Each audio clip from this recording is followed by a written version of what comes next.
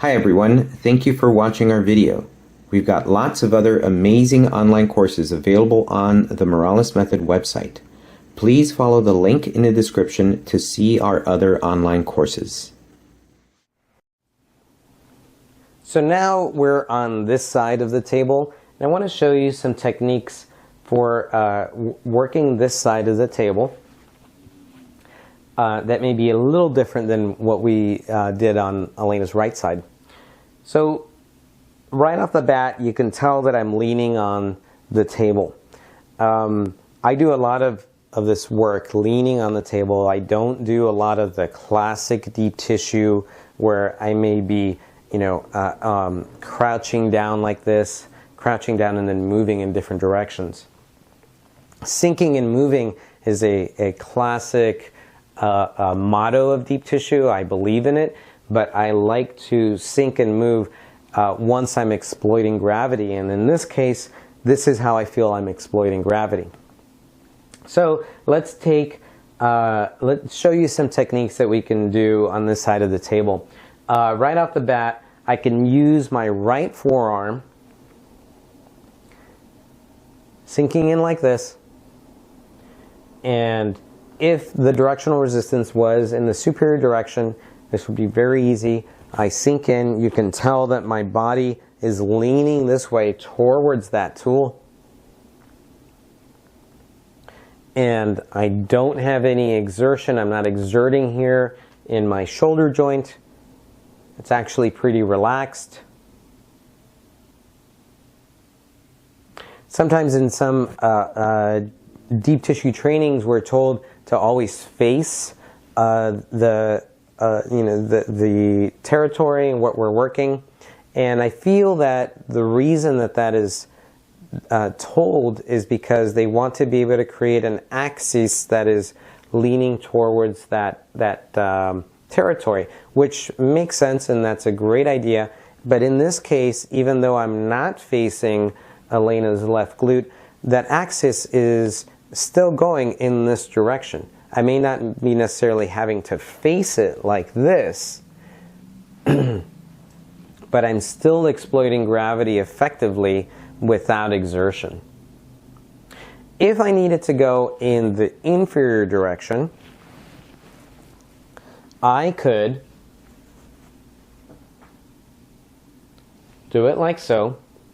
And again, I'm slightly leaning on the table. Elena's arm is here, so I want to be careful not to sit on my client's arm. If I wanted more table space, then sometimes I would move the arm out of the way. I have it hanging off the table so that I could use more of the table. But for now, this is pretty good. This is working pretty good. Maybe you'll be able to see that I can do this technique right next to the sacrum, and I can also move away, even different parts, almost to the point of the greater trochanter. Of course, I can also use this technique in a more superior territory of the glutes. I'm looking for a spot that I can hang out in while I'm talking that might have a directional resistance in that direction. And sure enough, I think this is good. Feeling okay? It's an 8. It's an 8. It's an 8. Then I can back off a little bit. How's that? Yeah. Great. If I was able to get to an 8, then maybe I got in too fast, I sank in too quickly, or I'm leaning in too much. If you notice, we were able to get to an 8 without me having to exert, without me having to push or force anything. A lot of this work to me is about listening, being able to be still, and to exploit gravity. I can also use a broader brush, so to speak, and I can bring my forearm down here.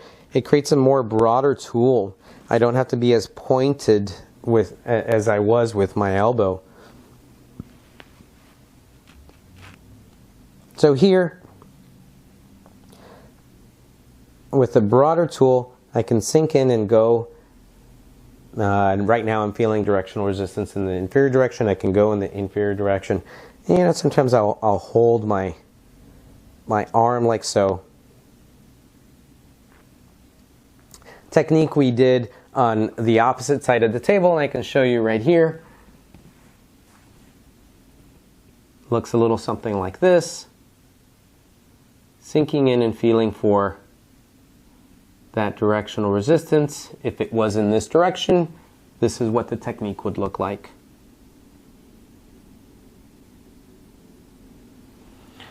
When I was going down to get more of this angle of the glutes, this is what I did. I just dropped my butt a little bit so I can get, so instead of my forearm being here, my forearm was a little bit more like this.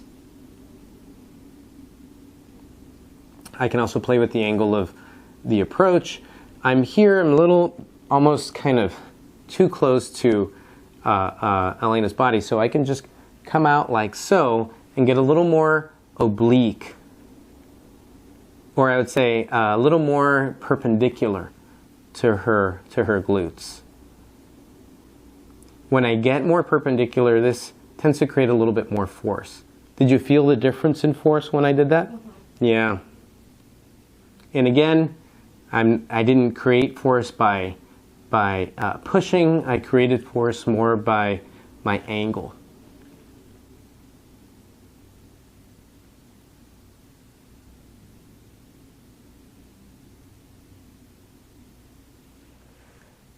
So those are all some pretty effective techniques for working the glutes.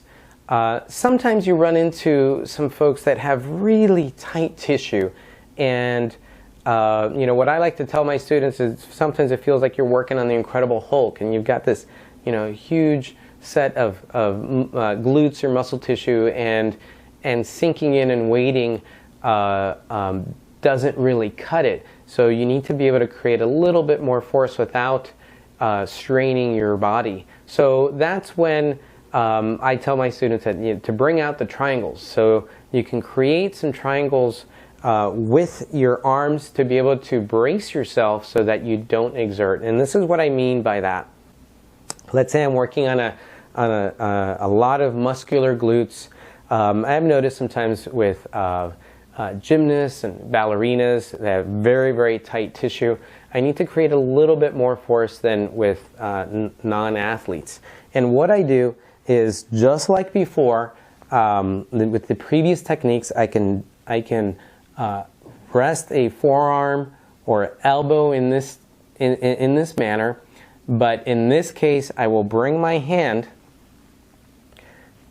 to my other shoulder, and that creates a triangle. You see that triangle right in here in my body. And that allows me to brace and to create a little bit more force. Is this okay?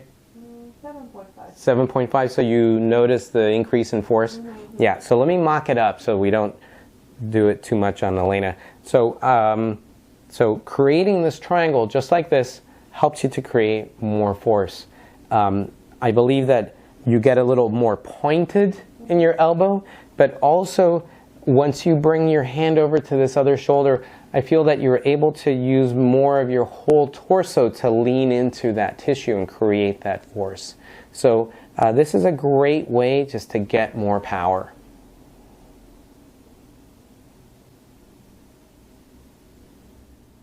Thank you folks for watching. I hope these techniques help you help your clients.